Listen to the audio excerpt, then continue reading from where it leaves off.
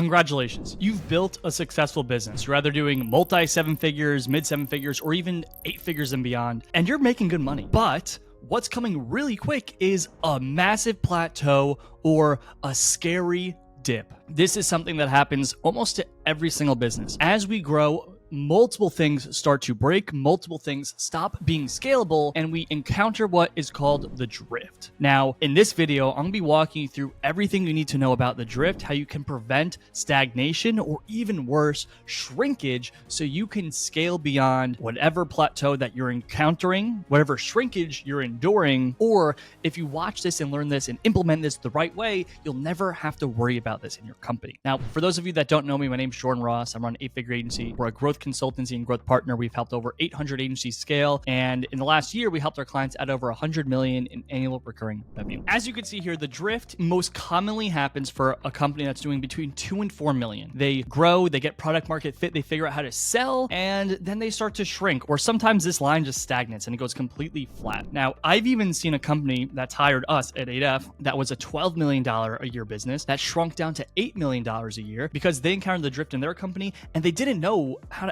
actually scale. Now, the drift is really simple. At scale, there's only 4 things that are going to prevent you from growing further, plateauing, or shrinking, and that's you don't have enough time to actually invest in growth. And that's the majority of what I see. But in this conversation, we're really going to be talking about replicating your genius and churn, because we've spoken about psychology in other videos, so check those out. At scale, the hardest thing to go beyond yourself is maintaining really high standards. As you go from 20 to 30 employees, 30 to 50, 50 to 100, what naturally happens in the law of large averages, the more people you hire, the lower the quality is. And that's ultimately what leads to churn. You're having lower quality because when you were the strategist on your client accounts, you were a genius. And that's usually what the case is. Most founders are geniuses.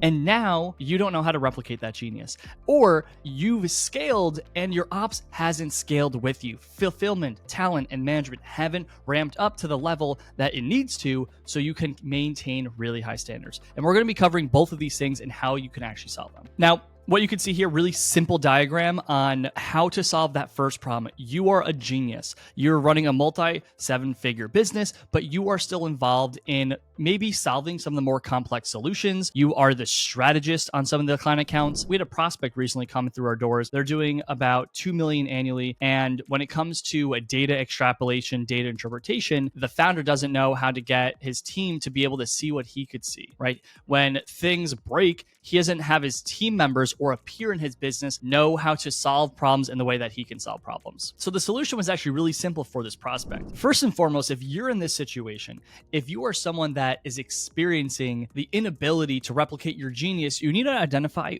what is that genius that you actually have within you. You need to start building a training foundation, which is accumulation of a lot of things, looms. When you are doing anything, like if you are building strategy, if you're answering questions in DMs, if you're on client calls, if you're doing a client accounts and presentations, I want you to record everything. When you bring in a strategist, someone that's going to be probably at a similar comparable level as you, they need to consume your secret sauce. They need to be able to understand your genius. And if, let's just say this is a media buying business and you're running a media buying company, people have different methodologies. So I want someone to be able to consume 20, 30, 40 hours of your genius to get a full understanding. FAQs. When you are getting questions from clients and team members, have every single one of those aggregated. Start to build an internal Wikipedia. Every time someone has a question, they need to submit it into a form. That form is going to have the actual question they're asking. It's going to have the proposed solution. It's going to have the role this implicates. It's going to have tags and keywords this is relevant to, and it's going to have the solution. You need to make sure that you're aggregating and starting to build your internal Wikipedia. And when it comes to consistent problems, as you start to solve them, once again, going back to Loom videos,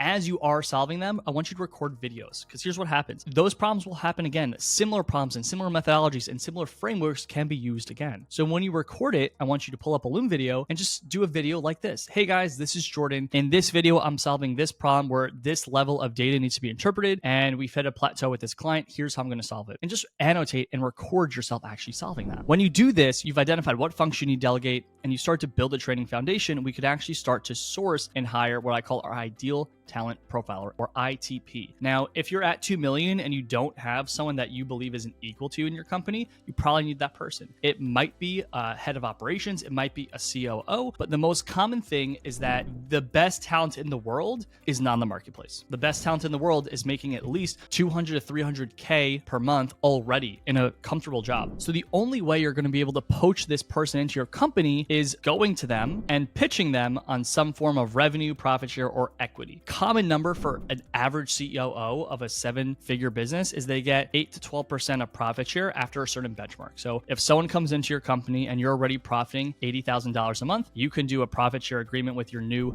head of ops or COO and say you'll get 8% of profits only after we profit beyond 80K a month. Now, when you do these things, you identify what you need to delegate, you have the foundation to train them, and you actually go out and source that role. Then you could just go onboard, delegate, train that person in your methodology, and now you're going to free up a bunch of your time. This is the first move. This is not so complex. What gets complex is having this person learn your system. This is when documentation is super important. So I'm not going to zoom in here, but in your business, you have sales, ops, strategy, hiring, onboarding, training. You need to make sure this person comes into your business and you have things super duper defined. You have very clear expectations. You have very clear KPIs. You have very clear goals and responsibilities, and you have 30, 60, and 90-day checkpoints. My biggest encouragement with this person is make sure you have a recurring meeting, definitely daily when they start, to make sure that you are not cutting corners. Most founders will cut corners, but when they find this person, like I said, head of ops, a COO, it is a game changer. And some of the things I want you to consider in your hiring funnel is, what does this role entail, right? Is this person already head of media buying? Is this person head of ops? What companies do we believe this person can be in? Because like I said, the best talent's not gonna be in the marketplace. So we wanna go and engage and poach that talent first. And I know this might seem super simple, but this is step one on how you can avoid and remove the problem of, I can't replicate my genius. You need to go find another genius. That's really the only way that we're gonna be able to help you scale. And I want to also give a shout out to Andre Haykal and his team, right? Andre is an amazing entrepreneur. He has a team of 3 other peers and entrepreneurs. Each of them are A+.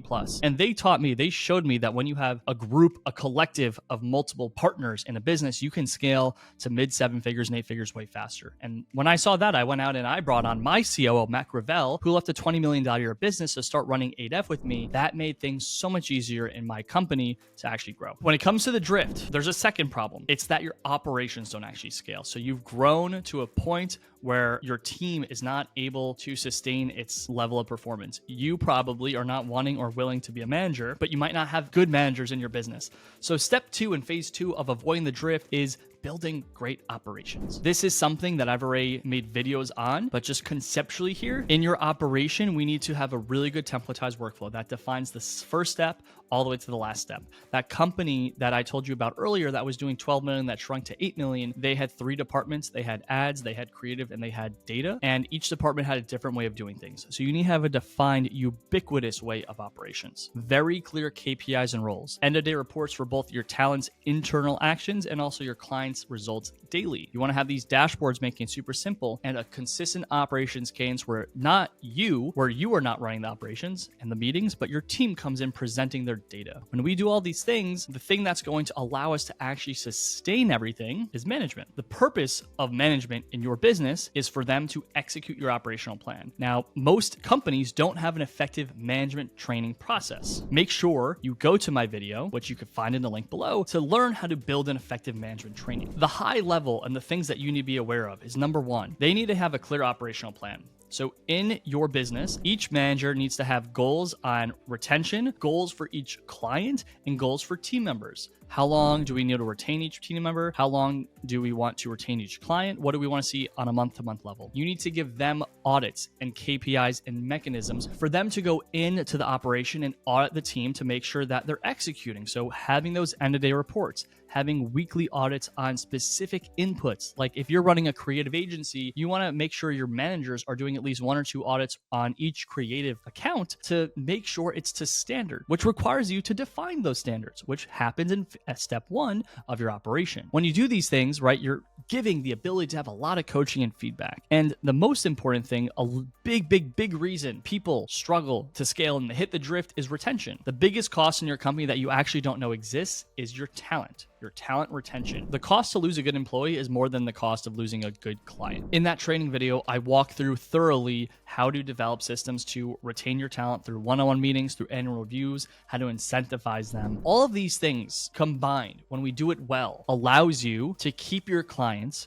keep your talent, and execute. So in recap, how do we avoid the drift? If you're hitting the drift, if you're plateauing or shrinking because you are unable to replicate your genius, you need to go find a genius. Do not cut corners here. Hire someone exceptional. And if you're shrinking or hitting a plateau because your standards and your quality is decreasing as you scale, you need to go back through your operational foundation and rework it. Go to my first YouTube video ever, or you could just go to the link below, that's in the comments, to see what a good operation looks like, and make sure that you have an exceptional training process, an exceptional management process. Both of those things I already have made thorough videos. All these things combined will allow you to avoid the drift and you can go sell. Thank you so much for watching. If you received value from this video, please like and subscribe to my channel so I could help you make growth easier. And if you're struggling to scale your business, go to the link below to get all of my best trainings. I have thorough long form PDFs that will give you every inch and resource you need to scale your business, or go to the link below to book a call. Thank you so much for watching. I'll see you next time.